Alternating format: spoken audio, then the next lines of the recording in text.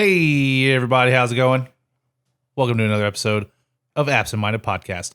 Episode 16, recorded on this melodramatic, muggy, overcast day. Yep. Did it rain by September you guys? 16th. It rained no, not by us, but by the time we got down here, it was starting to drizzle. Yeah, because it's been kind of on and off raining all day. Just a light drizzle on top of the shit taco that is the day. Mm-hmm. My name is Travis Stockton at Ray Charlesard on Instagram and Twitter. Your host for today. With me to my immediate right, Ethan Newbolt at Soulsbjorn. Hi-yo. And to my immediate left, Andrew Crandell. Hey there. Andrew Loves Video Games. How you guys doing? Pretty good, man. Yeah? We had some dank ass tacos over at Velvet did. Taco. It was Yeah, my we first time did. going there, and it was fucking good. Yep. I'm not going to be happy with anything today. It was mediocre tacos. They Well, were that's so just good. because you had poor decision making skills. No, they were fun. Just Travis had the same taco that I had. I do agree with you. There was something different about the chicken and waffle taco today. Almost. It's like it didn't have as much of... Yeah, depending on who something. you got back there, taco comes out. It's still different. good. Oh yeah, it's still good. I enjoyed it. I did. But there was... I'm with you. There was something different. And then that fig. See, I was all about that. Fig and pig. The pig and fig or whatever Pig the and fuck. fig, I thought it was delicious. Was there some jalapeno on there too? It was very fresh. There was something There was a spicy lot on of it. stuff going on. Yeah, that's why I was like, you put the sauce on there. I was like, don't do that. A lot of stuff. This is like a light, it's like a deceptively light taco. You don't want to put the sauce it on really there. was. Still good though. Still good. Just I think I really wanted that Kobe beef one. So had it before. I'm getting shrimp and grits next time. I've made up my mind. Yeah, there was I'm a not couple gonna other fuck it up things on again. that menu. I can't remember I off know the top of my head, I'm but yeah, getting- Oh, yeah. I got some It's a other killer things I want to menu. try. Getting the cheesesteak next time. Mm-hmm. 'Cause that's what we're coming back for. Specifically. If this is the first time you are listening to the show, this is what we do. We just talk about tacos, and eventually we get around to a little bit of video game news discussion. Taco Cast. What's coming out, industry Write that news down. and updates and insights. If you want to follow the show, we go live every Friday morning at 10 a.m. on absentmindedpodcast.com and your platform of choice where you consume all of your podcasts. You can also follow us on Twitter, Instagram, and Facebook at absentmindedpod, or follow us all individually at the tags we gave earlier. But you can also find all that information on the website at absentmindedpodcast.com. We'd love it if you would subscribe and share and tell all your friends about it and all that good stuff, because it helps us get into the ears of more people that also care about tacos and ramen and dim sum, all the different things. Yep. All the most important things. All the I most know I important things in follow. life. How about you guys? Thumbs up, smiley face. On emote. absentmindedpodcast.com as well. Hey there, God buddy. damn it, Ethan. It was your fault that time. That was my fault. God damn Yeah. it. I apologize. You can leave us a voice message. Ask us a question. Give some feedback on the show. Maybe even hear what you say read on the air. And there you can also use the listener support program to donate $1, $5, or $10 if you enjoy what you hear. But if not, that's all good. We still appreciate you for listening and doing the share thing and liking the posts and leaving the comments. We really do. Leave more money though. Now, we came up with a new thing today. I think we'll throw this in at the front of the show. Okay. Before we get into the news. We're going to try, with our expert industry analysis and insight, to guess the next Xbox and the PlayStation 5's software launch lineup to within a degree of error. You're basically getting the information sooner than anyone else possibly could, because there's no way that we are in any way off the mark with these guesses. No, not at all. So we're putting some guidelines on ourselves. We're gonna say we're gonna top it out at 15 games for each platform, Okay. including multi-platform releases. So if it's a title, Battlefield Future Right. or NHL 21. Come on, that one's obviously gonna happen. Like you can't say like 2K21's gonna happen. Like You can pitch whatever you want. Of course it is. You can pitch whatever you want, because we're each going to bring one to the table. We're going to make our demand, our guesses, our arguments in favor of it, all sports games. and then we're going to put it up to a vote On the Instagram. for you, the community, on Instagram. We're going to do a poll. And whichever one you guys pick, that's the one that's getting locked in. That's what's going to be on our dream launch lineup list. So if the people want NHL 21, they're getting NHL 21, okay? You give the people what they want. Now, as a bit of a refresher, I'm going to quickly run through the launch titles for the PlayStation 4 and the Xbox One when those systems first dropped. Okay.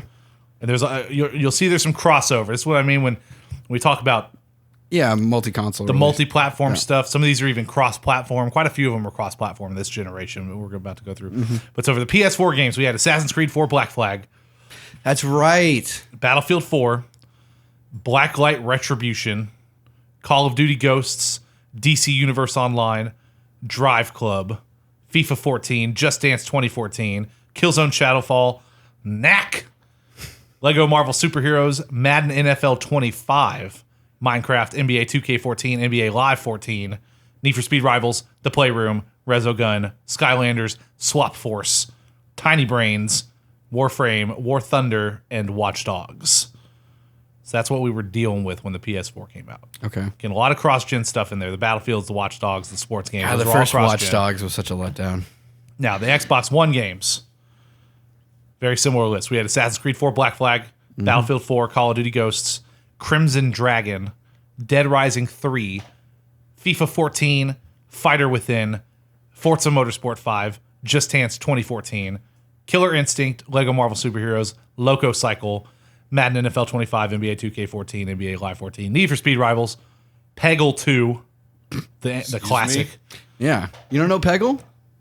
Bitch, you don't know Peggle. Don't talk Bitch, you down to don't me know like you Peggle? know what the fuck that is. Power Star I know Golf, all about Peggle. Rise, Son of Bet Rome, you know about Peggy. Skylander, Swap Force, Watch Dogs, Zoo Tycoon, and Zumba Fitness World Party. So keep all that in your minds. Okay. I've already forgotten. Now, who wants to go first with their PlayStation 4 launch or Actually, PlayStation 5 I launch want to title? throw in a silent black horse into this. What you got? A new Armored Core. Armored Core. Ooh. Now, is this exclusive or multi-platform? I could see it being a PlayStation exclusive.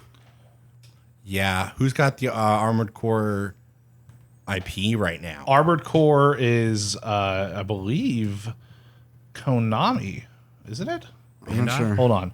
Armored Core. Bandai Namco? Something tells me. Sorry, developed by From Software. Oh, that's Boom. right. Self-published, That's right. and I then forgot. Ubisoft and Sega have both had the publishing rights at various times. So, well, if Ubisoft is doing it, then So yeah, it'd who be has it right now? Then I guess that would be Sega. Sega, Probably still the people that have the Sega have it doesn't right now. like to share. Yes, if it's Sega, I mean it depends, but I mean a lot of they have a very tight relationship with Sony. Yeah. So Oh, it makes it possible. I mean between Yeah, the 'cause Yakuza I mean- games, between the Honestly, you Persona said you said series. From Software did what with it? they're They the made it. developers. Yeah. I mean, they're hot right now. And then the most recent release was Armored Core Verdict Day in 2013. Yeah, and they're not doing great. And that was published by Bandai Namco Yeah. worldwide and From Software in Japan. So I guess Bandai Namco is probably the people that would be publishing this. And I mean, they're doing great stuff right now. But with their- that also with their came to Dark Souls PS3 thing. and Xbox 360. Yeah, came so to both. we probably would be cross-platform. Honestly, We're going to just go with the way- cross-platform. But I'm just saying they're hitting balls out of the park with the Dark Souls series, and Konami, Bandai Namco is doing stuff with what DBZ Fighters and stuff. And I mean, there's money to be spent there. There is a beloved IP. I think it's been enough time since we've seen anything good and new. I think it's. I think it could be. I think so. Maybe. So you're pitching Armored Core 6 as a launch title, multi-platform. Maybe not a numbered Armored Core. Maybe like you revitalize and start fresh. Maybe just like Armored Core. Like a spiritual reboot kind of Yeah. thing. Oh, Start okay. from fresh. Yeah. I think that would be cool, actually, because everybody still likes mechs, man. Mechs are dope. Mechs are dope. Mechs are, Good way to showcase some technology. yeah. Could easily be a cross-gen thing, too. Could come out on both, especially with it know. being a Japanese developer. It could come out on PS4 I'm saying and Xbox One. And then come out of and then come out nowhere. with- Candidate. That's mine right there. Are you putting it, is it cross-gen It or is. It cross, like. not? As in it comes out and it's on PS4 and PS5? Or are we saying this is two this Armored Core is too This big is no. for This current is gen. in my mind. This is a true next gen. This is a Armored revitalize of the series and IP. So this is next gen only. They're not looking back. They're pushing forward, God of War style. Core. All right, Yeah. Andrew, what you got for me? I'm gonna say, can I do this for both Xbox and PlayStation? Yeah, this is That's your the baby. category. Okay, man, yeah. so since THQ Nordic is buying up everything, I'm going to say it's going to be multi-generational, multi-platform. gonna say. It's going to be Time Splitters. Time Splitters Yeah. finally making a comeback. Oh, yeah. That one actually has. I wouldn't be surprised because they've been kind of toying around with that idea. That would Oh, be a yeah, great dude. one to. So, are you saying it's also next gen exclusive, or is this a cross gen? No, I'm going to say it's cross-gen. cross gen on both consoles, Yes. PlayStation and Xbox. Yes. All right. I mean, that game, it was such a cult classic. I don't know if any of you guys ever played. Time Splitters 2 is great. Time Splitters. I think was there a Time Splitters? Everyone's played Time Splitters in an arcade at one point. Was there a Time Splitters? Like, No, I don't think it was ever in an arcade. Yes, it was. That's where I played Time Splitters. I think you're Really? thinking of something else. I might be thinking of a different game, but Yeah, like I think the one with, like, I the think foot maybe you're thinking pedal? of Time Crisis. Yeah, that's Time Oh, Crisis. I am thinking of Time Crisis. Dope Time Splitter arcade is, game though. But yeah, was Time Splitter ever on the GameCube? Yes, that's where I played it. Oh, then I have dabbled in that. Yes. Yeah, Oh, Time this is Splitters not 2. what I thought. Yeah, no, you're thinking of Time Crisis. Yeah, you were man. thinking of Time Time Crisis Crisis. 3 Nah, is my hype is just fucking dropped. awesome. But no, that's not what this is. I wanted Time Crisis. Yeah, you know what? I was actually thinking about that the other day. Like, I mean, why with like the PlayStation, Move and everything, like light gun games need to come back. No, they don't. Yes, they do. Yeah. They absolutely do. Yeah. Let's see, though. Deep Silver has the publishing rights to Time Splitters, not THQ Nordic. I thought that they bought them up. I don't think so. Okay. Let's Or maybe see. that's maybe it was because I was listening to like Kind of Funny Games Daily and they were hypothesizing Oh, I'm like dumb. what kind. Okay, so yeah, THQ Nordic bought Deep Silver. Okay. There was something in there. Okay, I'm on the same page now. Get your facts straight. I know. But like the thing know. about Time Splitters 2, it had a really fun and I think original campaign to it as well. But the multiplayer was like GoldenEye but better. Mm-hmm. It just in the terms of like the crazy shit that you could do with your friends, all the crazy map customizations, the crazy characters and everything. Yeah. Like you could. I remember there was one thing I'd like to do. It's like I would just like on one of the maps like. Create a game with like all the characters thrown in and everything Mm-hmm. like that, and have them only use flamethrowers. But then I would play as the robot because you couldn't get burned. Fuck yeah. Yeah. All right. Ethan's going to hate this one. My prediction, I know what it is. and this is actually based on I know some what it things is. that we know already. I can already Okay. tell you what As it far as the Can I rumors- say what I think it is? You know the franchise, you don't know what it is, though. But I think I do know it. Go for it. I think you're gonna say an Assassin's Creed Japanese game, like it's half right. like a samurai, like ninja. No, so the rumor is that the next Assassin's Creed game is going to be called Assassin's Creed Ragnarok.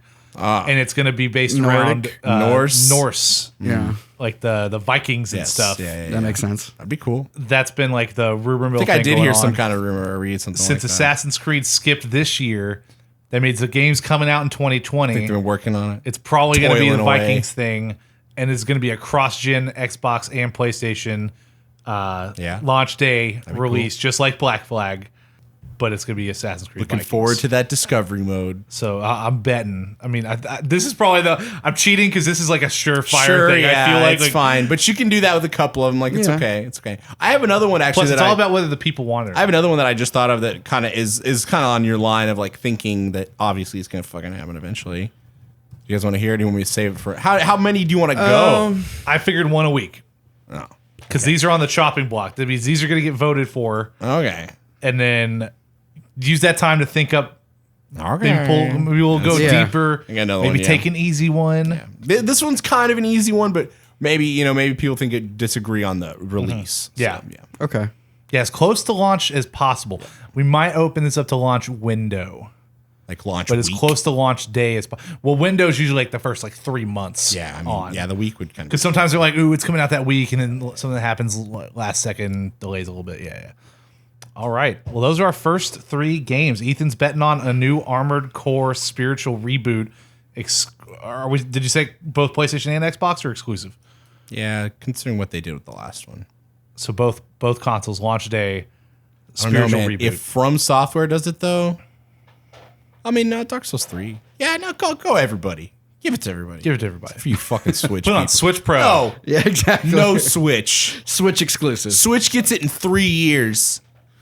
The HD version. And 720p only. Yeah, and Yeah. it doesn't go to 30 like it should. Andrew's betting on Time Splitters. Also from a great THQ choice, Nordic, man. cross-gen, Good Xbox pick. and PlayStation launch. And I said Assassin's Creed Ragnarok. Cop out. I mean, it may not happen. They were rumored. The one with codename Osiris was the name for Origins, and it was years before. Like that leaked before Syndicate came out. I think we all so it was knew. many I think- years okay. before. I think that we all actually knew as popped long out. as the franchise didn't die that an Egypt one was going to happen. Yeah. Well, all right, guys. You know the drill. If you're hearing this episode right now, go vote. Leave a comment. We're going to look at everything. Go leave a comment on the Facebook. Go leave a comment on Instagram. We're Leave a gonna tally 'em voicemail up. if you want. Leave a voicemail. Yeah, give us your pitch for why you, or if you got a better one, Yeah. you I want like to that. insert your own dark horse into the race. Feel free, do that, and we'll come back to this topic next week. Also, send us more money. Money grubbing. I don't motherfucker. care.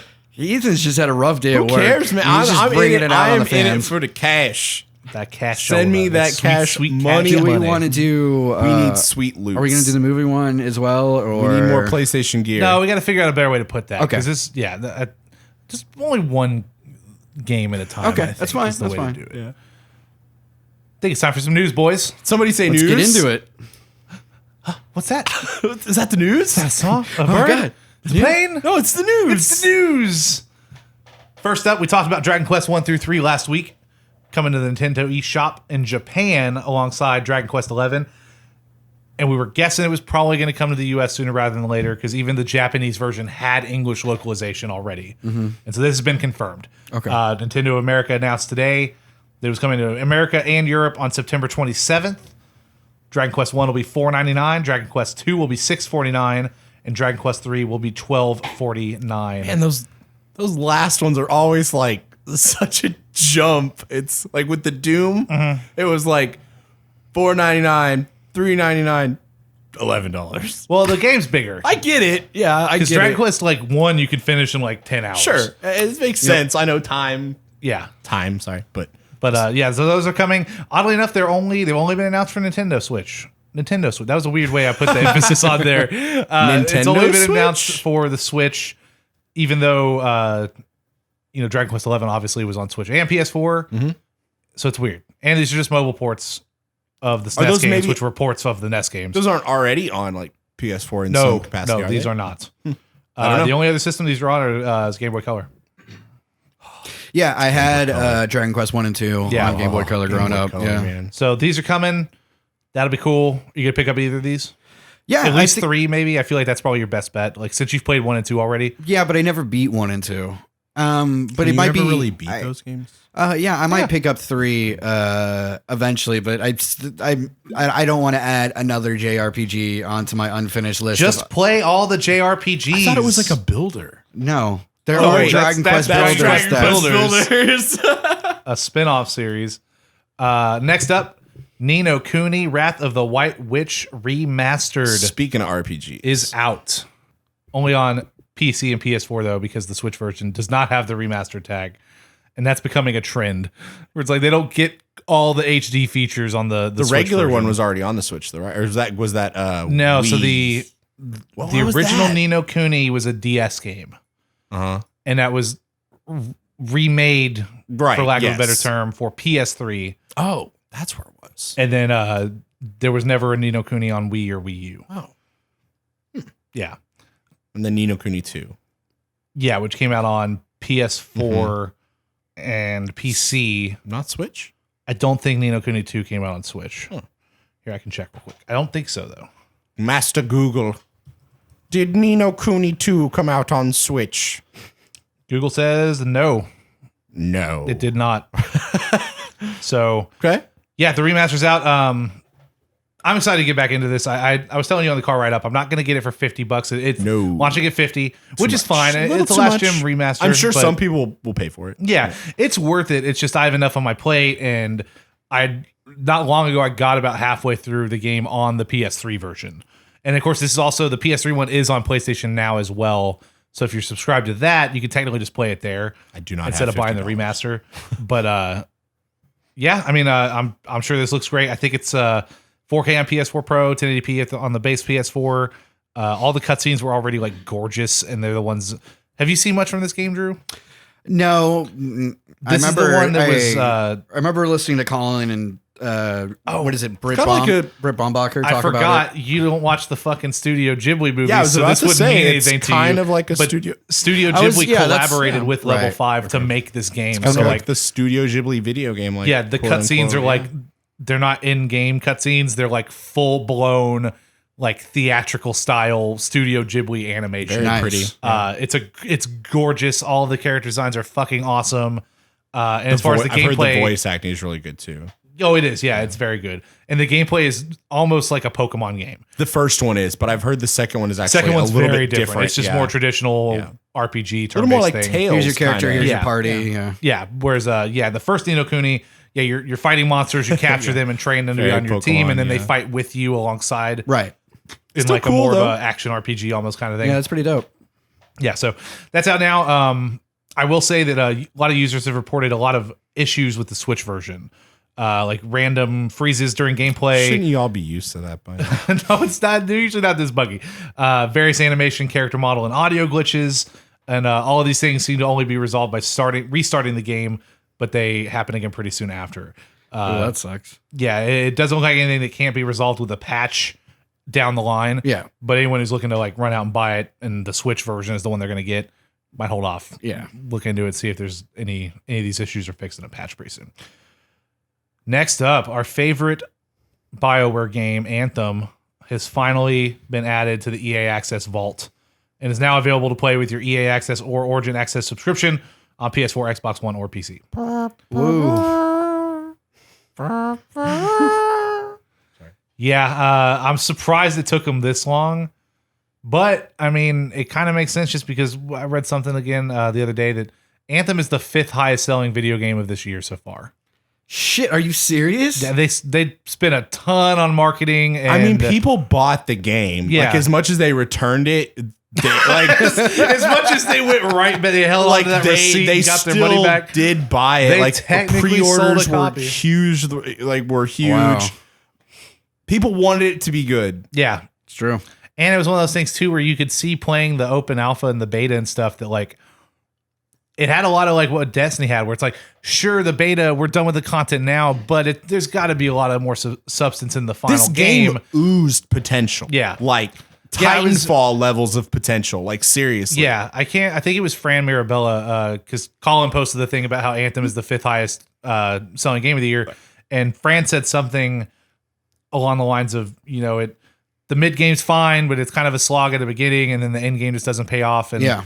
and I essentially just replied saying, this game is like the perfect setup for having like an Assassin's Creed 2 moment, where the first one yeah. had an idea and like a good foundation. Execution, not so great. Yeah, but a little short, a little buggy, a lot of weirdness going on. But it could, like an Anthem 2, if they keep at it, maybe they don't support Anthem 1 quite as long. They don't put all the expansions and like episodes out that they were planning on doing. Yeah. Or maybe at least shrink down the scope of those and like start fixing Take the your time. like core the game. under the learn hood from issues. Learn from mistakes that went wrong. Yeah, like, like and Anthem 2 could be incredible. it's true. It really could. You got okay.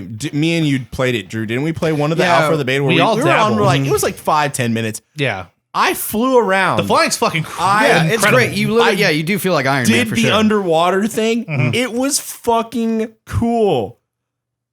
Then I turned it off. I never played the game. Like, I don't know what that game's gameplay even was. So as far as I'm concerned, if they do it again and it's not the shitstorm it was, I'd still maybe try it. You know? Yeah. What they need to do, in my opinion at least, is they either need to like completely get rid of or redesign like the main hub you're in. Mhm. I can't remember what the town's Tarsus? called. Tarsus, Tarsus? yeah. Yeah. No. Because that shit was annoying. I did not like walking through there. Didn't Yeah. like the character. It didn't felt forced. Like, Yeah. you know, I because think it's that only was- just like a wasn't- few hallways. That's because you know? there was more planned, though, right? There was the scope Yeah. this is one of those games where I think what happened was they had a tech behind it. They were building the tech. The tech's running great on PCs and stuff. And they're thinking, oh, but this will never run on consoles. Yeah. So we're like, we're building this game. Let's keep at it. Let's keep refining things. Maybe we'll optimize and we'll eventually get this in a state where maybe it's not the best running game on current gen consoles, but they knew the enhanced consoles were coming out. So maybe they were like, that might give us some headroom. I think it was just one of those games where the way they were designing it and they were doing it out in the beginning, it should have been a next gen game. Like, especially like if you go back now and look at the early tech demonstrations from like 2014 and stuff, I remember. Totally different than what we got. And I think it was because EA's looking at their like books and they're like, BioWare, we got to get something out. Y'all aren't working on Dragon Age. Mass Effect Andromeda didn't work out the way we thought. We like maybe the plan was Anthem was going to be like a 2020 next gen title, like because it's one where. Just that first area you're in, it's so huge. And then again, the hub world thing and just the way that like the dungeons have like loading screens, like it's not the seamless open world that we expect anymore. Yeah. And I think that's just limitations with the console hardware. Like on PC, maybe they could have built a PC version of this game that would have ran and looked the way that we thought it was going to originally. But to get it working on those fucking Jaguar tablet CPUs that are in the consoles right now, they hit a wall and they're like, but we have to put out a product. And did the consoles really run on a tablet CPU? Yeah, like the PS4 and Xbox One, like when they came out, the CPUs were outdated. Wow. Because that's a story for another time. But yeah, long story short, I think it was just something where cuts had to be made to make these consoles, and then cuts had to be made to get this fucking game running on the console. So I think with an Anthem 2, if they don't abandon the franchise entirely, which I can't imagine they would because they put a lot of money into it. The world's built out already. They got characters and Fort Tarsus and all that stuff. So yeah, they have a world, so might as well keep investing into it. Yeah. But a world in a world. Warcraft. Yep. Yeah. So if Anthem looks interesting to you and you have EA access, just wait till Anthem. Go try it out. Go play it. Games are fun, people. Games are not fun. That game. It's fun. It's not. That's the point. I don't know if I would put end game. There you go. End game time into like it. A tree person. It seems fun. Maybe it's fun. It's just not my kind of game, but it might be your kind of game. Next up, Ikumi Nakamura is leaving her big Bethesda game, Ghostwire Tokyo. This is from Charlie Hall over at Polygon. One of the brighter spots of this year's E3, and some would say even brighter than the surprise Keanu Reeves appearance, was the presentation by Ikumi Nakamura, the creative director, art director, and senior concept artist at Tango Gameworks, the developer behind The Evil Within, was on hand to promote their studio's latest title, Ghostwire Tokyo. 9 years. Today comes word that she's now departing from the studio with no clear indication of where she'll end up next. Quote, after 9 years as creative director and art director at Tango and ZeniMax, I felt that wait, hold on. Oh, yeah. Sorry, it's written weird because she like is kind of broken in English. Yeah, she's Japanese and she speaks English, but it's a little broken. I felt here is one of the ends of the journeys. Contact me if anyone wants to work with me. And she leaves a link to her LinkedIn profile. Although she made a splash this year at the game industry's biggest trade show, Nakamura has long been an industry veteran. She's had a hand in games like Okami, Bayonetta, and Resident Evil 2. But it's her affable onstage presence and natural charisma that people will likely miss most in the short term. It's also unclear where that leaves the team at Tango working on Ghostwire Tokyo. We can confirm that Nakamura-san has decided to leave Tango, and we wish her the best of luck in whatever is next for her. Bethesda said in a statement provided to Polygon, quote, Tango continues to be led by the legendary Shinji Mikami and his talented team in the development of Ghostwire Tokyo.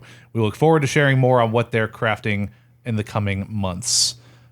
So this is super weird just because she literally 6 months ago was on stage at E3 and like very quickly became the face of this game. Mm-hmm. She's been kind of groomed by Shinji Mikami, who is known as being the creator of the Resident Evil series. Okay. I believe directed the first one and produced the second and third games and was the mind behind Resident Evil 4 and then opened up Tango Gameworks not long ago. And of course they put out The Evil Within and The Evil Within 2. And they are Bethesda's only Japanese studio that they own underneath their publishing header. And this game's still not coming out for like at least 2 or 3 years.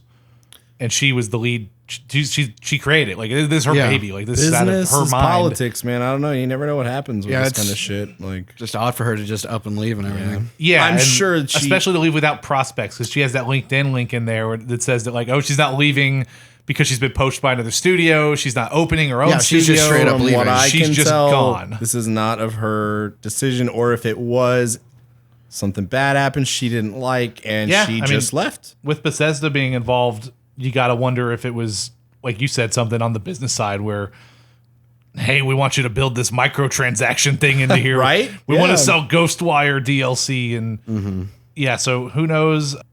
Yeah, just very odd. The timing's really weird. Again, the fact that she had this, like, she blew up on the internet after E3. See, I don't even remember her showing up on E3. I do. That Definitely do. could have been something I just looked over. I don't know how you missed her. Yeah, her presentation was hilarious. I'm trying to see if there's any, even like a release date for Ghostwire. It's not even a Wikipedia page. Maybe it's been canceled. Maybe they're done. No, it's weird because I don't know who else is up there that would really take over. I mean, Shinji Mikami is really the only guy that would, I think, but it's not his game. And like, I don't know that, from what I understand, he's not the type that just does that. Like, this game would sooner get canceled than he would, like, take the reins on it. Yeah. So, I don't know, just really odd. And yeah, this is a game a lot of people were looking forward to. So, who knows what that spells out for all that. But we will definitely be watching her career with great interest. Yes.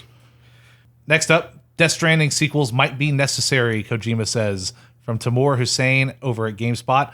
Speaking to GameSpot, Kojima indicated that Death Stranding alone may not be enough to give Strand Games the permanence he wants the genre to have. Gee, you think? This, he believes, is because the concepts and ideas are new territory for him and as a creator, and for those who play the game and experience them. What is put forth in Death Stranding could serve as the foundation for the genre, but Kojima also expressed a desire to refine them, which would also ensure awareness of the genre remains. Quote, I'm not really sure, he said when asked if Death Stranding would become a series.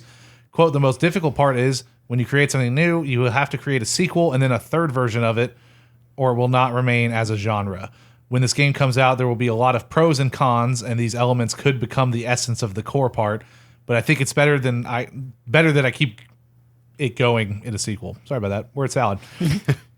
While Kojima seemed to suggest a revision for and or a sequel to Death Stranding could be required, though he noted that there were other projects on the table too. Quote, yeah, probably at least 1.5 and then 2, maybe at least. So there it remains and people are aware of the genre. There are a lot of other projects that come up, like TV dramas and things like that. A lot of pitches come my way. Yeah, I know, really. Bragger. Well, full of yourself there, Kojima. A roadblock, however, is finding the time to tackle follow-ups and exploring other projects. Quote, why I can't say it's definite is because I only have one body, and there are many projects that I have to be involved with. And it's really tough for me physically to do more or many things at once. Kojima has been open about not completely understanding his own game since its gameplay and worldview are something new. However, in his interview, he said that much of Death Stranding is inspired by the Japanese concept of omoiyari, which can be loosely translated to compassion for others. He goes on to explore the various ways that omoiyari can manifest, the feelings it can inspire, and how that all manifests in the game. So we're getting Death Stranding 2, folks. Yeah. You heard it here first. I don't know. After watching the gameplay demo of Death Stranding, like, it seems like I'm really interested in it, but I don't know if it's something I'm going to enjoy. I think what you said, Travis, sums it up perfectly. It's Breath of the fucking Wild. It is Breath of the Wild. It looks like that. I don't know, because I didn't watch the whole gameplay presentation. Did they show much again of the gameplay in Hell or whatever? Yeah, he like fought like some sort of lion thing. Nice. Yeah. Dope. Well, you know, it looked like some four-legged beast, you know, Yeah. that comes out of the Cerberus liquid or something. That's cool. Yeah, it's definitely one where we're going to have to all get in our hands and really figure out what's going on. But I don't know. Some people already kind of freaked out over this headline because everyone's thinking, oh, I hate when games are sold to me and they're not a complete story, and he's already planning Death Stranding 2. And I'm like, I don't think that's what he's saying Did you here. people play Metal Gear Solid? Right? Yeah, exactly. Like, I'm sorry. Like the first if Metal I'm- Gear Solid is totally, it's standalone. Yeah, Like I'm sorry if I'm beating a dead horse here, but like, Did you play any of them? Like, they didn't finish telling that story till like 5. And all of them are totally self-contained. Yeah. Like, they have links to each other as far as the story and stuff. But, like, if Metal Gear Solid 2 there's a time was your first Metal Gear Solid, you don't need to have played the first one or the next one to understand what's happening in 2. No, there's flashbacks. Same with Metal Gear Solid 3. I mean, like, they're all... I would say the only one that you really need any prior experience is the 4th one. Yeah. And at that Sons point, of you're Liberty. in. No, that was 2. Guns of the Patriots. Guns of the Liberty. Guns of the Patriots was Metal Gear Solid 4. Guns of the Phantom Pain. Yeah, I think this makes sense. It is still funny to me that Kojima is convinced this is a new genre. And I wonder if it's a new genre in the same way that Metal Gear Solid is a tactical espionage shooter. Think he just like came up with a new game? Yeah, Strand games. That's what he calls them. This is a Strand game. But you're just going to like different hubs and making them up, like building them up, right? Like basically. Yeah, but you can pee on off mountains. Yeah, you pee on a mountain. Can't you do that in Breath of the Wild? Mushrooms grow? No. No, there's no urinating in Breath of the Wild, unfortunately. You just get tired and fall off mountains. Yep. Yeah, he can't even climb that far in that game. He's stupid. Death Stranding is where it's at. Death Stranding. Bring ladders. And then take those ladders with you. You're going to need your ladders. Next up, I feel like we're talking about this every week now. Assassin's Creed. No, GameStop to close 180 to 200 underperforming stores globally this year. I saw this. Yeah. This from Rebecca Valentine over at GameIndustry.biz.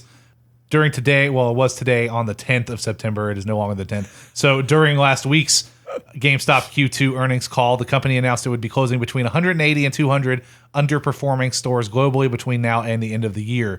During the call, GameStop CFO James Bell praised the company's over 5,700 stores worldwide, saying that 95% of them were profitable. Nonetheless, the company is beginning to roll out an ongoing plan that will also result in even more store closures into the next 2 years. I actually think I have. There's a new update on this. I think they have. Didn't they release? I think like confirmed new like layouts of the new stores. Oh, as in like today, or they just said that I saw that on Twitter. Yeah, but again, it was breaking news. IGN. Why don't you look into that for me? Find me an article, and we'll throw that in the doc. Okay. Quote, while that is an impressive statistic, we have a clear opportunity to improve our overall profitability by de-densifying our chain. I've never seen that word right now before. That work is well underway. We are on track to close between 180 and 200 underperforming stores globally by the end of this fiscal year. And while these closures were more opportunistic, we are applying a more definitive analytic approach, including profit levels and sales transferability, that we expect will yield a much larger tranche of I don't know what that word is, of closures over the coming 12 to 24 months. What you got for me? Breaking news. Yes, it has been confirmed that GameStop's store redesigns have been leaked and that they were confirmed to be accurate. Oh, okay. Yes. You can. So they're gonna just stop selling. Are they gonna stop selling all the extra shit? I honestly don't know. I'd have to like look into it. There's links all over Twitter. Just search GameStop, and honestly, you could probably find something on there. Look in it for yourself. Here's some pictures. Actually, cool. There's a couch. Wait. You heard it here first. GameStop selling furniture now. Yep. Gamer couches, gamer chairs. No. Like places to sit and like play games. It looks like chairs and couches. That's what furniture is. But this is also like get your gamer coffee table. I think this picture might be a troll because it's got like N64s and GameCubes hooked up to like old the big fat TVs. No, and so shit. that was what one of the leaks was talking about, was that they want to. Some stores are going to be revamped to be more retro gaming focused. Oh, really? Because that's one thing a lot of people don't know is you don't see like N64s and Genesises and you have PlayStation to go to like 1s those anymore. specialty stores. But they have warehouses full of those. Yeah, so retro gaming. They never just this is real. Yeah, they never just like liquidated all that stuff. Like they are sitting on a ton of retro hardware that they could totally start shipping back out and setting up game stations and stuff in these stores. I know that one of the other ones. There's a huge collection for that shit too. Yeah. I know one of the other ideas was they wanted to have like more esports focused stores. So yeah, they had a few different ideas that were already kind of out there, but it's interesting that you found some photos of the actual stores being set up. So are these like, they're leaked all over the place. Are these stores like open now? Like some of them are already been converted? I don't think these are concepts? like leaked designs that are that are coming out. Bell also said the company would be looking at alternatives for unprofitable business segments, especially internationally, though he did not specify which segments those are. This all comes as part of GameStop's Reboot plan, which was a major focus of its Q2 earnings report. in which it posted a net loss of $415 million and an adjusted net loss of $32 million as the company struggles to regain its momentum after a challenging year of fiscal losses, failed company sales, and consolidation. As part of the same plan, 50 employees lost their job in early August, and another 120 were laid off later in the month, including 7 members of the Game Informer staff, which we talked about last week. The company also recently moved ThinkGeek in with the GameStop proper and announced several new plans for stores, including retro-focused and esports-driven locations. It says that too about that. And there's, those are confirmed. Like those pictures are definitely have like some esports-looking stuff, and the retro game corner. I mean, it's basically just 2 giant. CR TVs, and some looks like an SES and a SNES and a fucking GameCube, like dope. I think now is a good time to for them to make that move, because I read something the other day that this was the first year since 1996 that vinyl records have outsold CDs. Yeah, I heard about that. Go get people the are into their Bloodborne retro soundtrack stuff. on vinyl. Go get that right People now. are really into the retro stuff. I wonder if they still have some of the old or displays and everything like that. Because I remember that's what Ethan was saying. They had an old CRT hooked up over there. Yeah, I don't, 2 of them. I don't think GameStop is going to be selling retro hardware. I mean, retro displays. And stuff. No. I wasn't talking about them selling up displays or anything like that. But it'd be cool if they still had the displays and used them. Oh, do you mean the old demo stations? and stuff? Yeah. Those I don't think so, because those kind of. That's one you can go on Craigslist and stuff all the time. That's true. And you can find those. Yeah, and see. This store closed, and so here's a fucking Donkey Kong, Tropic Thunder, whatever, fucking Tropical Freeze. That's the one, not Tropic Thunder. Yeah. Well, I was just because the big displays with the artwork and stuff and consoles and everything. I see stuff like that on Reddit every once in a while too, where someone's like, "Oh, I found this old Xbox demo station. And it's an Xbox One." Yeah, I remember whenever Splinter Cell stuff around it. And I was in Oklahoma City for Christmas last year, and I was going around looking at some I was looking for records actually, and I came across a video game record store, and they had they had a cool display of Donkey Kong on the Game Boy, but it was plugged into a giant big Game Boy. Yeah, and then you would stand and play it right here, and then it would show on the CRT screen in front of you. It was just a cool display and everything. Most of that stuff gets liquidated really quickly or torn down, just because I know in the past a lot of times, especially Nintendo, they would actually ask for that stuff back. Really? Yeah, they wanted you to return it to them, because a lot of times these were debug units for these systems and stuff, where they could they might be able to run software that you would normally be able to run, or have debug menus and ways to access some of the more techie stuff. The software side of things. Okay. So most of the time they weren't supposed to hold on to those things. Now that happened a lot, but that's not what's sitting in a warehouse collecting dust, because it's harder to store those. You can't stack them the same way. They're all shaped differently and shit. You have to keep that's a lot different than being able to temperature control. Yeah, fill a box with 25 SNESes or something. Yeah, but what you're saying is they just have warehouses full of just Genesis or old PlayStations or something like that. And this is a good way to move all that around. And then, like I said, people are into their retro stuff. Exactly. I think especially seeing how popular all these retro mini consoles have been was a big sign to them. Hey, maybe people would buy this stuff if we made a store, stocked our stores, and because GameStops are so small, they're paying mall rent and stuff. They obviously can't sell the latest PS4 games alongside an entire section of N64 content. They just don't have that room. Yeah. But to make, how many times have you gone into a fucking shopping mall? There's a GameStop, and then 5 minutes away, you're driving home, there's another GameStop, and then you get into your neighborhood, and there's a GameStop across the street. They're Starbucks. fucking everywhere. And there's way too many of them. I only know of one. I don't know what you're talking about. There are not that many. But you don't drive a lot anymore. Ouch. Low blow. They're all over the place. I have 3 near me within a fucking 10-mile radius. There's one, and they're never busy. Down. There's one of them is the busy one. There is one by the Target. Where is the other one that you're? There's one on Kirkendall over by past 2920. It was right in front of the Buffalo Wild Wings, or right next to it, I should say. And then there's another one on the I-45 feeder on the way to the Woodlands Mall, where it used to be that's the one by EB Games or whatever. By my work, I think. Yeah. And then there's another one in the Woodlands Mall. Those are very distant. And then there's from each another other. one in the Woodlands Mall area, but on the opposite side where the Best Buy is and everything. There's No, a I think they GameStop over there. closed that one. They just moved it to another like a cheaper spot. So- because they picked up and they just moved over. Here's a fun question. miles so apart, when people. EB Games was still around, Yeah, so within 10-mile radius. Not That's close. you know what a radius is? not. What's up? so when EB Games was still around, which one would you rather go to, EB Games or GameStop? Game Crazy? Yeah. Well, wait. Game Crazy, was that the Hollywood Video one? I don't remember. I think Hollywood Video owned them. I can't remember the name of it, but the place that was on the I-45 feeder, it was one that got bought by GameStop, but it had a different name, and I can't think of it. Really? Yeah, because that was basically the only place I ever got to play Sega games. Because they had like a Saturn and a Genesis like set up in there, and I could play those. Yeah. I just can't remember what it was called. But There used to be... yeah, if I had to pick between them, GameStop. I mean, I never had a problem with GameStop and EB Games. There's something about EB Games. I went to EB Games a lot. There was one on 249 that I went to a lot. Yeah. But also one of the first gaming stores that I ever went to was... Suncoast. that does sound familiar. But They sold music. it was called Funko Land. It was off in 1960. That's the one! Funko Land! That's the one I couldn't think of. I Yeah, remember we had a Funko Funko Land. Yep. That place was the shit. Yeah, dude, it was really cool. Yeah, because they had like a bunch I of was like... so sad when I saw that they got bought up because they turned into an EB Games. And then Oh, really? Yeah. Okay. But yeah, I mean, out of all the GameStop stories we've had recently, this is the least bad newsy one, I think.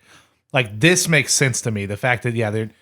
And also that number that 95% of their stores are profitable, that's a lot higher than I expected. Yeah, really. A lot higher. And this is still a company that even on this bad year where they posted a $450 million loss, they still generated over $1.5 billion in revenue. Fuck, that's... So we think of them as like a company circling the drain, but then these financial results come out and it's like, They're still not making necessarily, bank, yeah. but they do need to downsize. They do need to optimize It's not this that they're stuff. not making money, but they're bleeding money. Yeah. In places that they don't need to be because it's just waste. It's Yeah. really, yeah. And I think with this reformatting, this is a good time to do it because they can get all that done just before these new consoles come out. And then that next gen, when that launches, that's always a big boon for stores like GameStop. Like, yeah, you buy 8 million pop figurines, you sell 6 million of Yeah, them. whoever- That's still 6 million, but you know, you got Whoever those decided other to do 2 that, left. Yeah. that was a bad idea. They should sell off ThinkGeek too. Nobody's buying that garbage.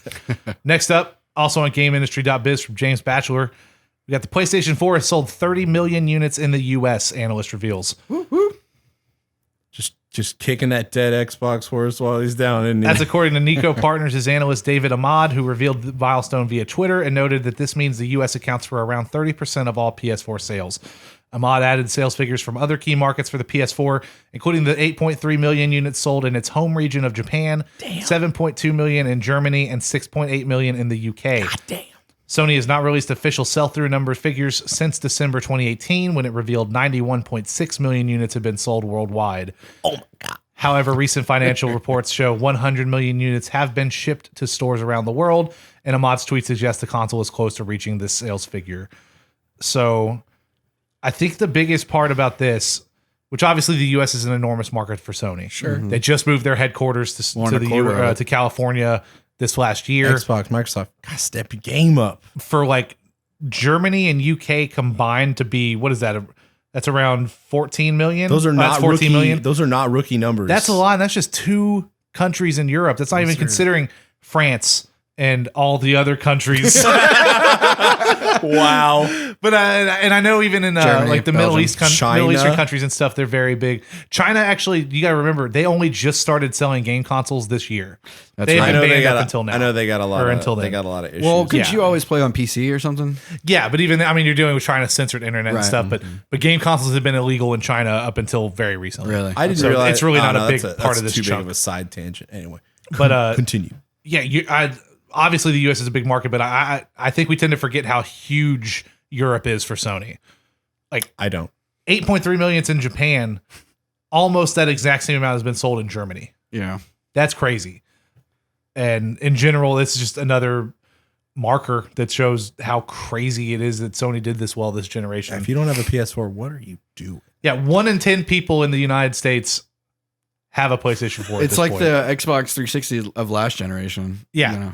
Well, again, see, you say Dare that you? PS3 beat Xbox 360 in sales last gen. Oh, really? Did Yeah. it? How? By the end of the generation, they had caught Well, I guess up. it was dare just me and you. my group of friends. And because also, like whenever Xbox 360 sales were only so high because like 50% of them would die, and That's you'd have to true. buy another Xbox. That was their plan all And no along. wonder they had so many shipped. Yeah, exactly. It's because you're fucking red ringing. I will say mine never red ringed. When's the last time you turned it Fuck on? outta It here. might be I don't gone have now. it anymore. Well, there you go. You got rid of it early. Yeah. It's like putting your old dog up for adoption, so you don't have to deal with it. You're like, she's 12. I don't have much no, it longer. isn't. There's got to be an old. There's got to be an old lady in this neighborhood like that'll that take at her. all. It's exactly like that. But I do thing to remember say. whenever I switched to PlayStation 3, I was a lot happier. Of course you were. Back home. You made a Where you good belong. decision. Next up, Remedy Entertainment revealed in a blog post that Control will receive a photo mode in the fall and a new game mode, Expeditions, in December, as well as 2 paid DLC coming or expansions coming in 2020. Let's see here. Nice. Cool. I'm excited. Now that Control has launched and we've been able to get a few updates out of the way, it's time to take a look at what's coming next. We will continue to build on the world of Control, creating additional game content all the way through 2020. We already have a small team in place at Remedy that's busy working on post-launch content. Here's a brief overview of what's coming to Control. First up, while some crafty PC players have unlocked their own versions of this already, we're working on a much-desired photo mode, which will enable you to take some awesome snapshots of Jessie in the oldest house. Make sure you unlock all of her costumes to flex by the time that photo mode arrives in the fall. We'll have more information on this soon. In December, we will release a new game mode for Control that we are currently calling Expeditions. This will be a challenging new in-game mode in which Jessie must help Security Chief Arish explore the mysterious formation and its strange surroundings. Here you will face some of the greatest challenges that the oldest house can throw at you. You will need the best gear and abilities to survive. Expeditions is free for all players. Moving ahead to 2020, there will be 2 full paid expansions that our team is hard at work creating, The Foundation and AWE. Both of these will offer new story missions, enemies, and game mechanics, and take place in new locations within the oldest house. The Foundation will delve into the history of the oldest house. At the request of the ever-mysterious board, Jessie must explore what lies beneath the Bureau as she returns order to the Foundation and the oldest house itself. Expect things to get weird. I like the sound of that. The second expansion, AWE, will take Jessie into a new part of the oldest house, the investigation sector, where the Bureau closely examines altered world events. And on this blog post, we also got some pictures of each new mode and all that. So photo mode and expeditions, both those are fine. They look cool. That's the furnace, by the way. Did you find out the furnace puzzle? Did you solve that one? Oh, yeah. With the TVs and stuff?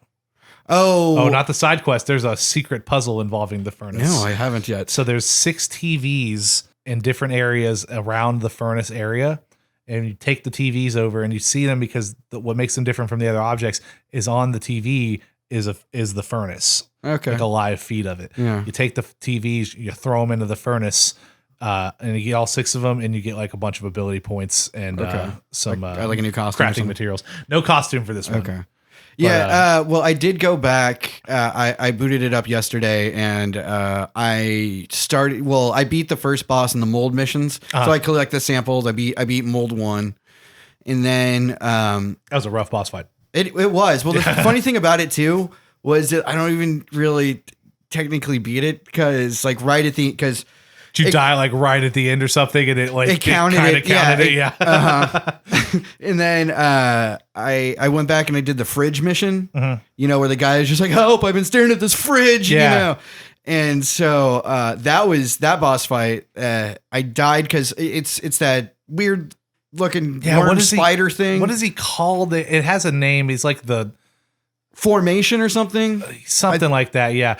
Ethan, this was the boss that I was like, it made me think of Bloodborne because it's just like this big, creepy, He's not wrong. old god kind of thing. It literally looks like something straight out of Bloodborne. Yeah, it's just got like this How would eye. How would like, either one of you know what any of the end game bosses of Bloodborne would look like? I've told you I've watched a bunch of speed runs. I'm very familiar with Get the Bloodborne. I've fuck just never outta played here. it. But yeah, I'm excited to keep. I'm excited to go back into that game. It's still got a lot there for me to want to play it. So in these pictures of the posters for like the expansion 1 and 2, the second one, AWE, very clearly is Alan Wake. Like, because if you look at it, the way it's written is AWE is in all in caps, and then it's split horizontally with a white/blue section above, like overlaid on the text, and a red section below. Below is clearly Jesse floating in control. Yeah. But then above is like straight up the poster of Alan Wake. Yeah. With Alan holding the flashlight pointing forward. Yeah, and then also, of course, forest. the name AWE, Bull which they crap. say stands for Altered World Events, also makes sense to say Alan Wake. Yeah. event or something I'm similar. laughing. You guys are just so wrong. But yeah, so these things are coming. I believe it says early 2020 for the first expansion and then mid 2020 for expansion 2.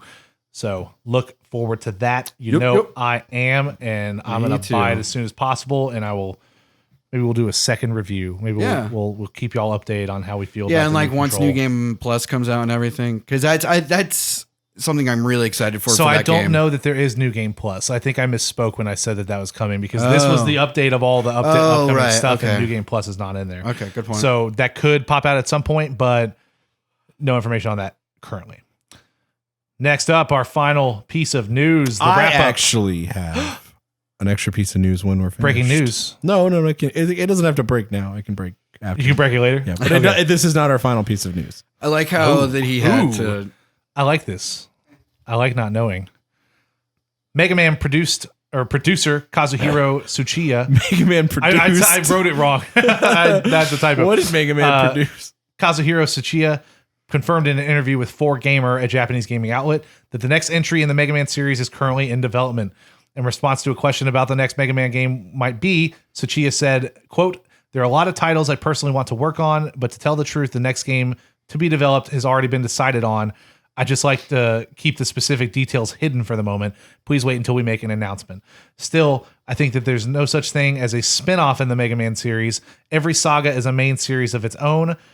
When speaking of Mega Man, there will always be people who think of X as well as people who think of EXE. Yes. And I think that's why each one's concept of what Mega Man is changes depending on the generation. For that reason, we don't want to deny any series of its future." And then EXE, of course, is referring to the Battle Network. Yeah, the Game series Boy of games Advance. on the Yeah, it Game Boy is. Advance. Fuck yeah. So that's cool.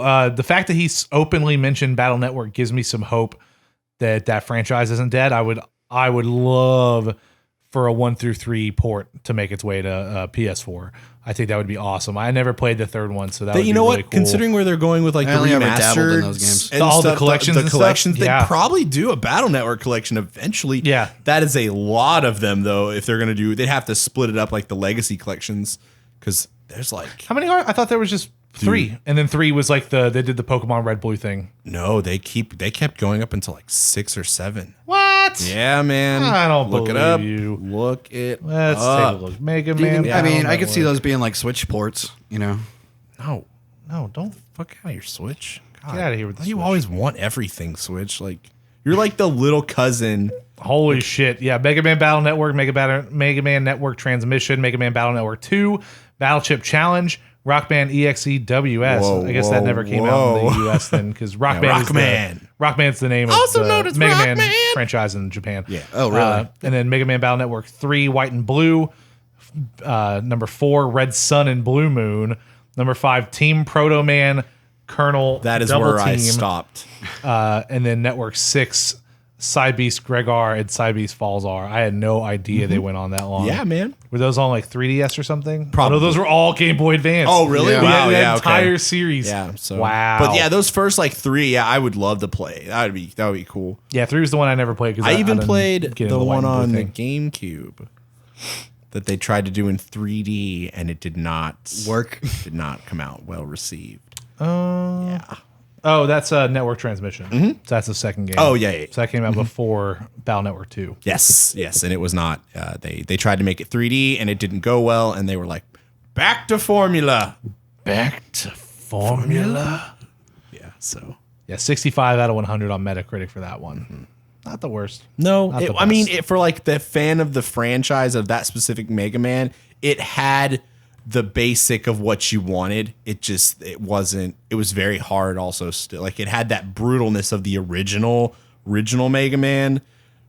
Touched anything, you're basically dead.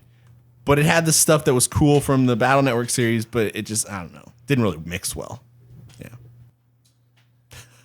fuck. So I'm done with the show now. All right. What's our So, breaking news, Ethan? Breaking news that I want to talk about. This may even be our topic because this may go on.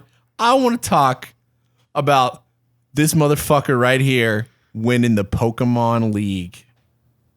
This Ash is a Ketchum. photo of Ash Ketchum. Yes. Looking especially goofy. Yeah. What is it? I heard something about this, but Yeah. 9 years or something like. He doesn't look a day over I'm sorry. 10. Right. 22 years. Yeah, it's like 22 it's a lot years. longer than 9. Yeah. So he has been in almost, I think, every league in the regions that he's been in. He's placed very close in each one.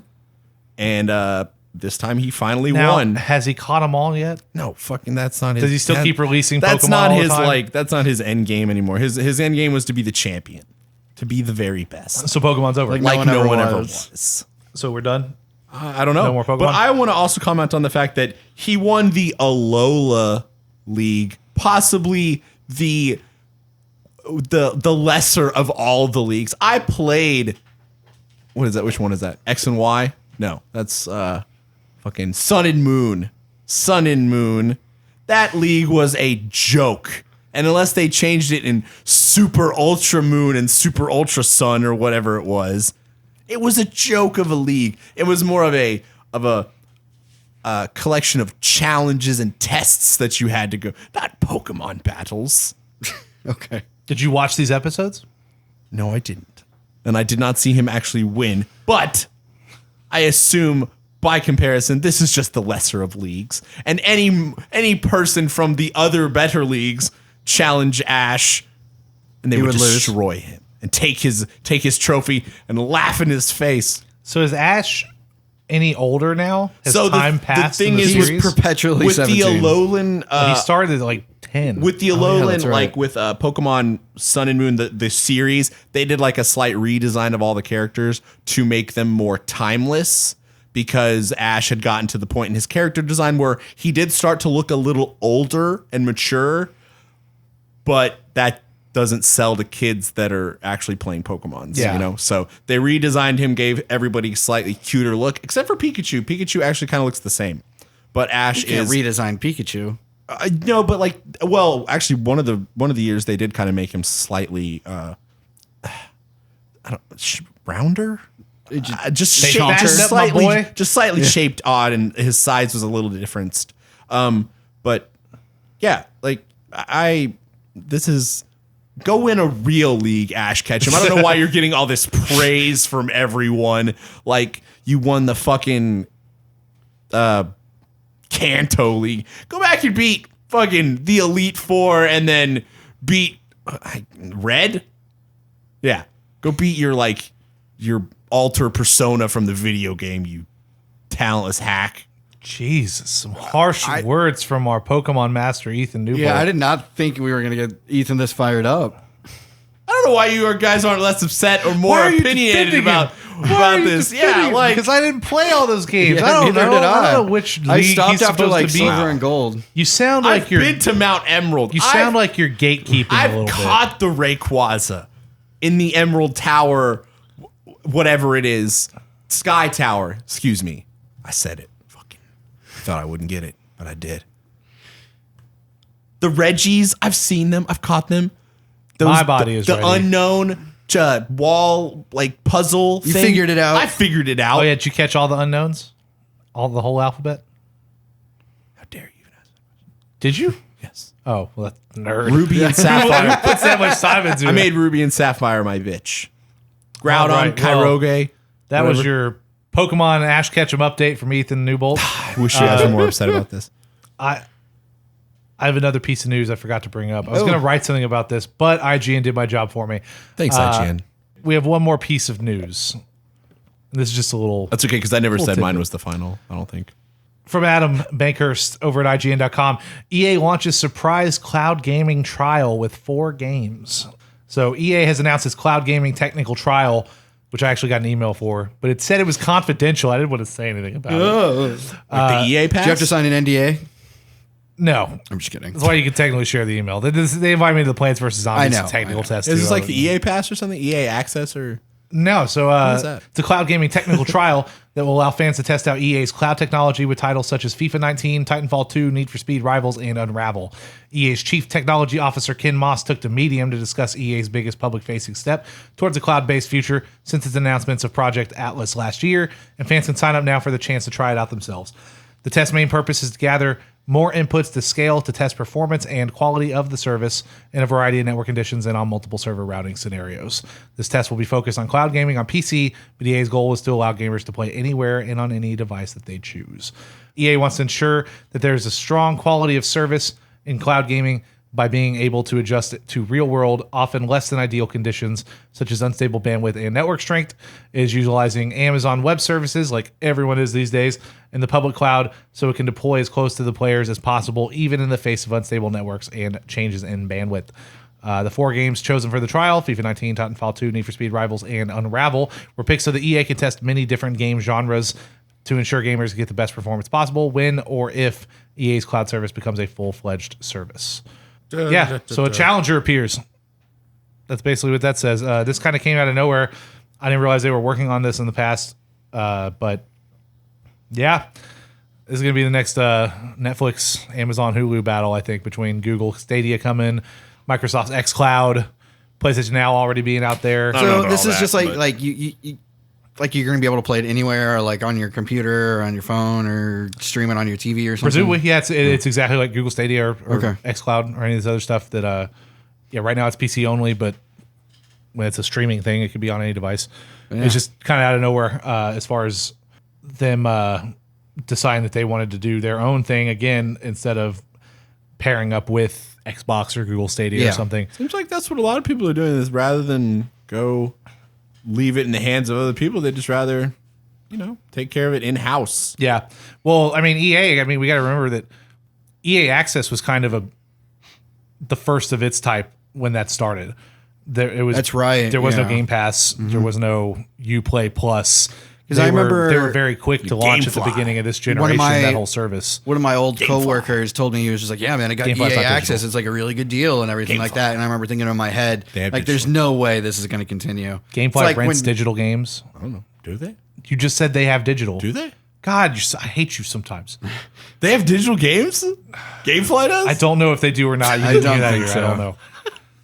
I really don't know. No. Anyway, I'm sorry, Drew. Could you continue? Oh, it's okay. Now that we all paid attention to Ethan for a moment. He got his attention. I said it was GameFly.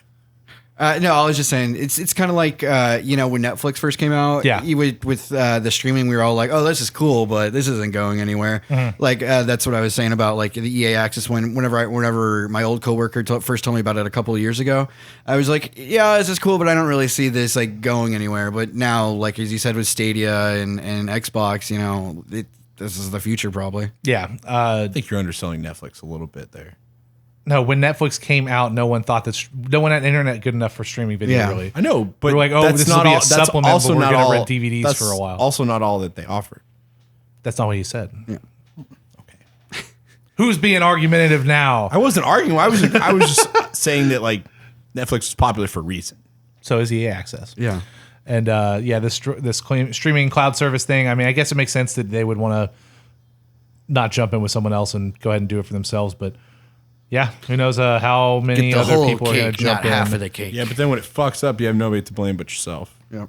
Sure, but EA is used to dealing with fucking up and dealing with it. That is true. They got a hell of a customer They have service a whole team department over there. dedicated to Hell of a marketing team. Hell Yeah. of a what are they called? The PR fucking no, not PR. The community relations managers and stuff.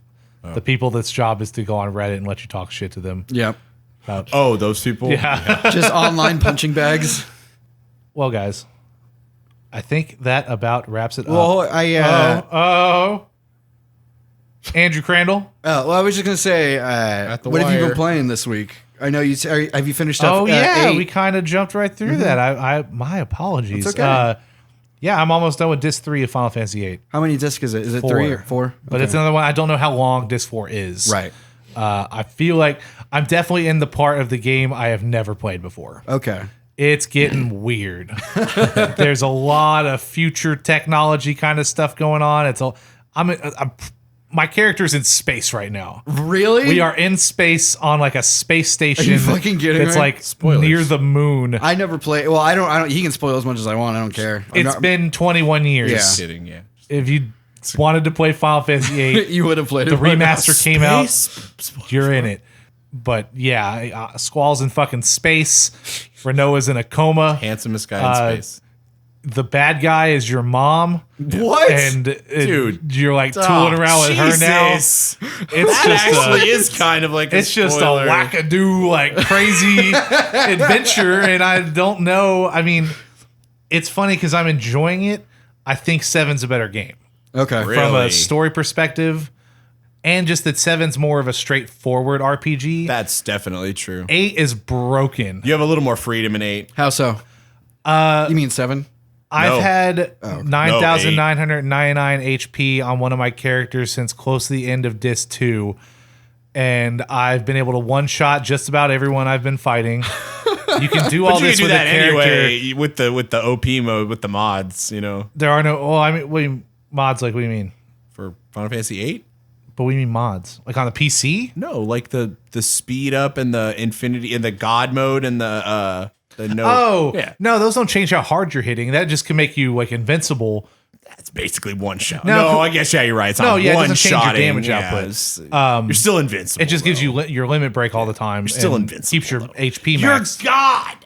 No, because there's still enemies like that. They can use like the instant KO on you and stuff, and like you can still get petrified. So like if all three of your characters get petrified because you don't Game have any over. soft on you, then you still get game over. Yeah, like there's still ways to die. Doesn't stop against that. I haven't gotten any farther. I haven't gotten farther enough. No, to the only way actually you use could that. prevent like something like petrify is if you had status effect defense on one of your weapons. So if you equipped, Yeah, I thought like the add-on did that. Like just No, gave no. you like invulnerability to everything. no, you can still die. That for sure. sucks. Yeah. No, yeah, this game is just like if you know what you're doing, like you can break it very, very early on. Like you can beat this game at level 7 with all three of your characters and just be like doling out like Are you fucking 9K serious? Well, that's because damage, yeah. technically everything else will be at level 7 also. Yeah. yeah, that's a lot of it. Yeah, because there's some bosses that Well, don't sure, scale, bosses, but yeah, yeah. your people out in the world. But that's the other thing too is this is the game as well where like once you've leveled up your guardian forces, so these are like the your summons in this game. Yeah. and you equip them to people almost like there's no armor or weapons in this game in Which a is kind classic of a Final shame. Fantasy sense. You equip a guardian force. Okay. And you get an ability on one of them. I think it's Diablos, where you can Diabolos. Sorry, you can half or eliminate the random encounters with this item. So you don't even need there's a booster where you can immediately disable encounters. Yeah. But you can. It's like there's abilities in this game that are all like hacks on their own. Yeah. It's crazy. And then like all of the triple triad stuff is just so broken to the point where you can try it so good. manipulate the rules so that you essentially never lose and then turn all of these cards into like items that it's crazy. Yeah. It's crazy the shit that you can do. But It's a Final Fantasy game. It's information bananas. wasn't you as never free. use magic. The magic is only for junctioning to your characters. You don't even actually fucking have to use magic in this game. But to like Yeah, isn't it know like all you this cast stuff, magic? you needed a Yeah, guide isn't it like and, magic casts, like, word of items or mouth something? to figure this stuff out. or a brain, because you can kind of figure it out pretty quickly. I feel like some of the more intricate card stuff, mod you get so early. And once you have card mod and you're in that ability menu, it tells you what each of these items is. Sure, there's some experimentation where you would have to like make an item and then once you get it, go see Yeah, what it does I in mean, the menu. If But- like if it was so obvious, everybody would have done it back in the day. Like it wasn't Everyone obvious. was It doing wasn't it. obvious. I bet there's reviews out there somewhere of like official PlayStation magazine. And everyone's someone's doing like, this. Sorry. it's one of those. You remember you get those magazines, it's got tips in the back of it where it's like, oh, so and so wrote in is like, this game's broke as fuck. Do all this. But yeah, it's weird, and I think it does speak to the fact that like because 8 came out a year after 7. Holy shit. Yeah, like Final Fantasy 7 came out in 1997. Final Fantasy 8 came out. Because in they really wanted to 1998. get 10 out. It's the best one. Did 9 come out in 99? Yep. Oh wait, no, 9 came out in 2000. Okay. Yeah, because 10 was 2001, I think, Yeah, Yeah, that makes sense. but it's just clear playing 8 that like or something. the A team just finished 7, and maybe at the end they'll help like finish this stuff up. That people like other loved team 7. were. Yeah, I love 7. Speaking of 7, that the TGS demo. Yeah. Oh looks yeah, that new trailer, fucking sick as hell. good. Looked great. Did y'all Holy catch shit. the classic mode thing that they were showing? No, off in but I there? saw No, tweets I didn't see about that. it. So Yeah. basically, the way it works is you turn on classic because there's easy and normal like difficulty similar to like the way it worked for Final Fantasy 15. Okay. And then there's classic. And when you turn on classic, the ATB gauge fills automatically without having to do your square attacks Just like and in stuff. Okay. just like in the yeah. Yeah. And so you don't have to worry about like constantly putting the hurt on All to your right. enemies. And then that way you can essentially play it more like a basic turn-based Oh, RPG. okay. So that option is even there for you in this. So I thought that was super cool. Nice. Yeah, that game's looking really, really Oh good. yeah, weren't you saying something that apparently Mark Hamill's rumored to be a voice in it? That was like a It's just the there was like a one clip of the in the trailers, trailer yeah, with people were the thinking. Don, what's his name? Don Corleone. Corleone. Yeah, yeah. his I voice don't actor, know. it just sounds like Mark Hamill. I listened to it. I didn't really hear the resemblance, and I had been listening to Mark Hamill do his Skeksis Come on shit. over here, baby, and give me some sugar. I don't know. or It's, something like Mark that. Hamill seems like if it was Mark Hamill, he would just be like, "Yeah, that was me." Eh. I don't know. Who knows if he even remembers? Right. He's getting pulled around in every fucking direction. Someone was just, hey, come into a studio, record 20 voice lines for this character that's gone in 10 minutes. I don't know. Who knows? But I also I started up Gears 5. Oh yeah, I think I'm about halfway through Act 2. Damn, is it pretty? Mhm. It's really fucking gorgeous. Like even like the first intro mission you go on, you descend from this helicopter into like this waterfall base thing. yeah. I will say Spoilers. it's just like one of the first times. It reminds me of like whenever I booted up Halo 3 for the first time. You know, whenever you start Halo 3, you land in the jungle. Oh, yeah, that's pretty fucking cool. And like I thought you were gonna say spoilers again. That's the beginning of the game. Like, So was what Drew was talking about. which part? The part you said spoilers on about the waterfall and the base. No, that's Yeah, important. That's Ethan important. joked earlier that he's just completely goes in and out of conversations all the time. And I think this is just another example. Yeah. And He was it's here on for a tape second now. and he came right back out. And he came back just to hear say what? Yeah. That's not what happened. But it just reminds me in like that, like in the Halo 3 aspect, like whenever I first booted up Halo 3, like whenever you loaded into the jungle, like I was just like looking around, like really like immersed. And that's how I felt whenever I first booted into Gears 5. Just My like, immersion. Were you walking around doing like the E3 demo Yes. version where it's Yes, I was. slow camera pans and holding on the shot for a second as your character walks forward, like the really fake way to do it. oh yeah, I do it totally every once was. in a while in games. where I Sure, just- sometimes if you're looking at it, you're like, wow, that looks really Yeah. good. Game runs really well, looks HDR, super pretty. Does I believe does it have Dolby Atmos? yes. I know it's you might have to take a look at it whenever after we get done recording, because I whenever I boot it up, it shows up. You It have says, to buy Dolby Atmos for Xbox to use it. oh really? It's like an app that enables it for your oh Xbox. okay. And it works on Windows as well. So Okay. That's how they Yeah. get you. Yeah, I'll probably invest in that then. it's like $5. Okay, but yeah. Although, I mean, you don't really need it. Your TV, I mean, How many games it's still do built-in that? speakers. yeah, It's not like you're not going to hear it like is in Atmos. That's for if you actually have like a sound a system. decent sound bar or like a 7.1 Surround setup Okay. in your home already. It's not for the built-in speakers. That we Okay, have. okay, that's fair enough. But Unless yeah, you want it for Dolby Atmos for headphones, which does actually work really well. maybe. But yeah, it's a great game. I mean, it's Gears. It's bloody. It's gory. It's fantastically fun. So Hell yeah. Fantastically delicious. Yeah, after I finish 8, I think I will go back and finish Gears 4 and then tool around in 5 a little bit. yeah, well, Although I did just buy Life is Strange 2 finally. Oh well, I mean, isn't that on Games Pass? Yes. Yeah. But I wanted it on PS4 Okay. because that's where my platinums are for the other 2 games. Oh, that makes sense. And Yeah. other reasons.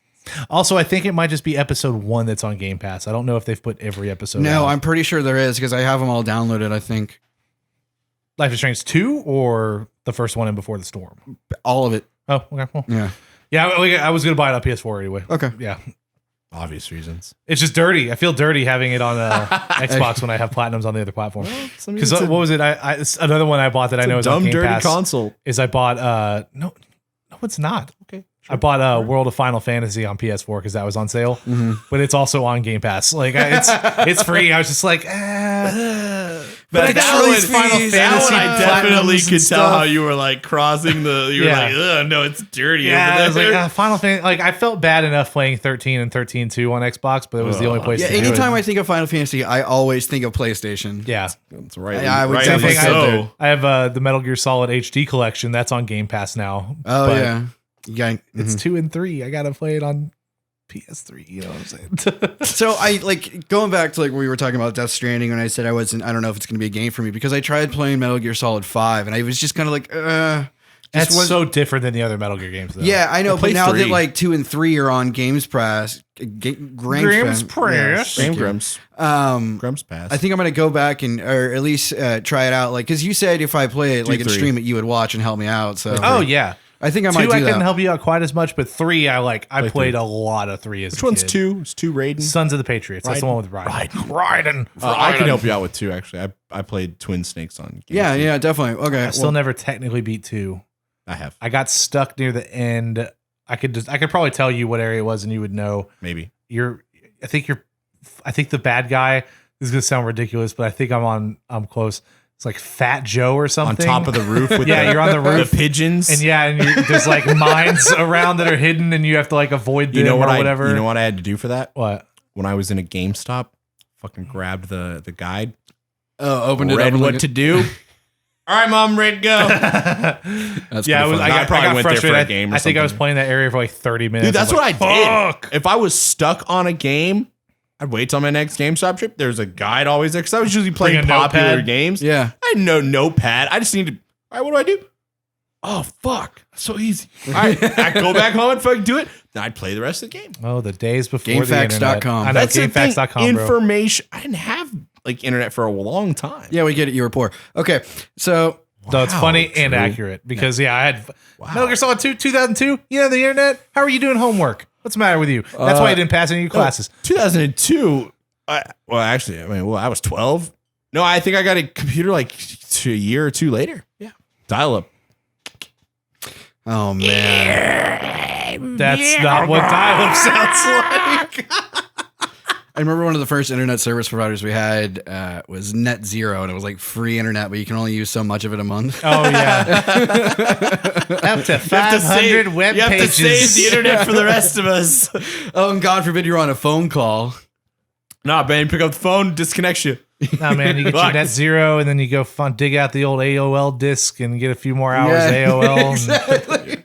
What were my keywords again? I need my AOL keywords. My mom What's your still screen has. name? My mom still has an AOL email address. Of course she does. Oh, God. I mean, That's fucking hilarious. nothing wrong with it. It Is works. it there? It gets the emails I and it guess. sends the emails. I set her up a Gmail one though, so she's got that too. Yeah, but she can't remember that information. Yeah, she does. She got it. She uses it on her Amazon Prime. That's dangerous. 2 emails for a What? woman of her age. It's a lot to keep up with. What? A lot of entries for attack. How dare you? Just saying. That's it. We're calling it with the email talk. Yeah. I can talk about email. What about it? MailChimp. Enable 2-factor security, people. Yeah. Get an authenticator for your phone. Get a password manager. I recommend Authy. It's a good one. Secure your stuff. Blue cheese. Oh no, blue cheese. It I was could a go little, for another taco. Another taco does sound good. That blue cheese was just a little too much. Shoot, so let's go back to Velvet Taco. Ethan, you don't have to get anything. And also, it's kind of early. What time is it? 7:47. We got time for one more taco, and then Ethan, you can just have some water, and then so I really want that buffalo chicken one now. True. Buffalo chicken, no cheese, and then you can get swap it out and get whichever one you liked that I had. No. Chicken and I'm waffles is good. I'm good. I'm full. I'm God good. damn I'm it! good. God, I got so excited. Get Taco's taco truck on your way home. No, I don't want that kind of you taco. should go get. Then you're don't get driving by anything. aren't you guys gonna go drive by Avant Garden? Mhm. That taco truck, man. That's Yeah, but I'd have to find somewhere to park, and then I'd have to leave Ethan in there with the windows cracked and a bottle of water. right. He wouldn't want to walk over there, the block. No, it hurt his nut too much. Yeah. Cops come by and be like, "Help! They locked me in the car and it's hot." Anyway, that's episode 16 of the Absent Minded Podcast. My name is Travis Stockton at Ray Charlesard. As always, I had with me today Andrew Crandell at Andrew Loves Video Games and Ethan Newbolt at Soulsbjorn. You can find all 3 of us on Instagram. You can find 2 of us on Twitter. You can find 2 of us on Twitch.